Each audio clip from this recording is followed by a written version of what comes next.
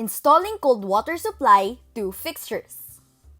You will need approved blueprint, fusion tools, PPR pipes and fittings, PPR cutter, steel tape, rags, pencil, pipe clamps, and ball peen hammer.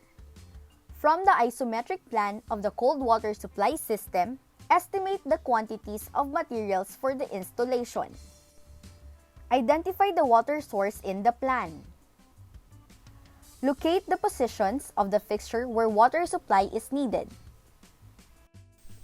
Measure and mark the area to determine the height and distance of the water line.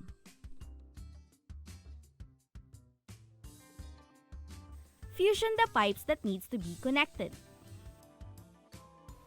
Install a gate valve to control or stop the flow of water, so that when troubleshooting leakage, there will be a control valve to close near the system.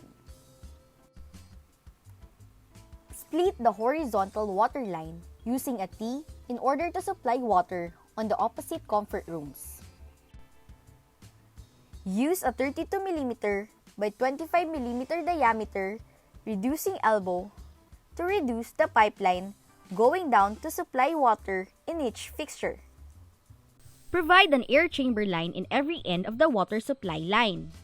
The air chamber consists of 25mm water pipe closed with a cap on one end, and the lower end is connected to the system of water piping. Install an angle valve and flexible hose in its end fittings. This will supply water to the fixtures.